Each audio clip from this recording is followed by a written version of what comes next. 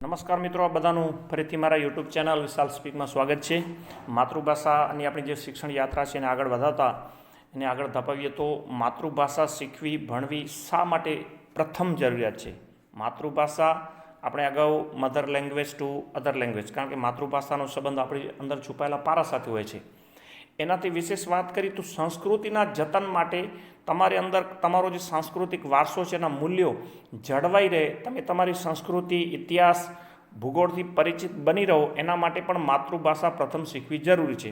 કારણ કે તમે જે પ્રદેશ, ક્ષેત્ર, રાજ્ય કે દેશમાં રહેતા હો ત્યાં જે પણ માતૃભાષા ચાલતી હોય તો જે તે સ્થળને અનુરૂપ જે પણ તમારું ઇતિહાસ હોય છે, ઇતિહાસનું જ્ઞાન હોય છે, ભૂગોળનું જ્ઞાન હોય છે કે પછી ખગોળનું જ્ઞાન હોય છે, ત્યાં જે પણ વિશેષતાઓ છે આ સમગ્ર જ્ઞાન જે તે પ્રદેશની સ્થાનિક માતૃભાષામાં ઉપલબ્ધ હોય છે. મોટાભાગે એનું જે સાહિત્યિક જ્ઞાન છે, એનું જે સાહિત્યિક રૂપી જ્ઞાન છે, પછી આધ્યાત્મિક જ્ઞાન છે, પછી ત્યાંની ભૂગોળ સાયન્સનું જ્ઞાન છે, એ બધું જે તે પ્રાંતની, જે તે પ્રદેશની કે જે તે રાજ્યની જે માતૃભાષા હોય એમાંય સંગ્રહિત થયેલો હોય છે. મોટાભાગના તમે જે પુસ્તકો છે એમાંનું એ જે જ્ઞાન હોય છે, જે પ્રદેશનું જ્ઞાન એ પુસ્તકોમાં સંગ્રહિત હોય છે.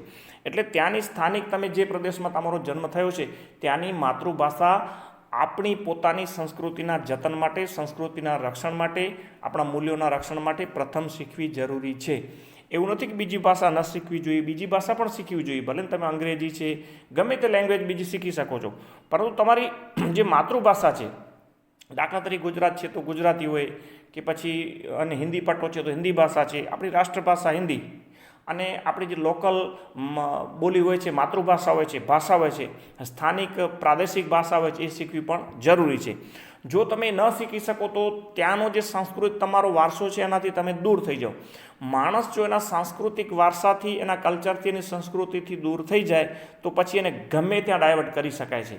એટલે તમે કોણ છો, તમારા અસ્તિત્વના ઓળખ માટે અને તમારી સંસ્કૃતિના જતન માટે, આપણી સંસ્કૃતિના રક્ષણ અને જતન માટે માતૃભાષા પ્રથમ શીખવી જરૂરી છે. આ દ્રષ્ટિએ જોતાં માતૃભાષાનું મહત્ત્વ અનેરું અને અનેક ગણું વધી જાય છે. આશા રાખું છું મારા આજના વિચારો તમને પસંદ આવ્યા હશે. અસ્તુ, ધન્યવાદ, જય ભારત.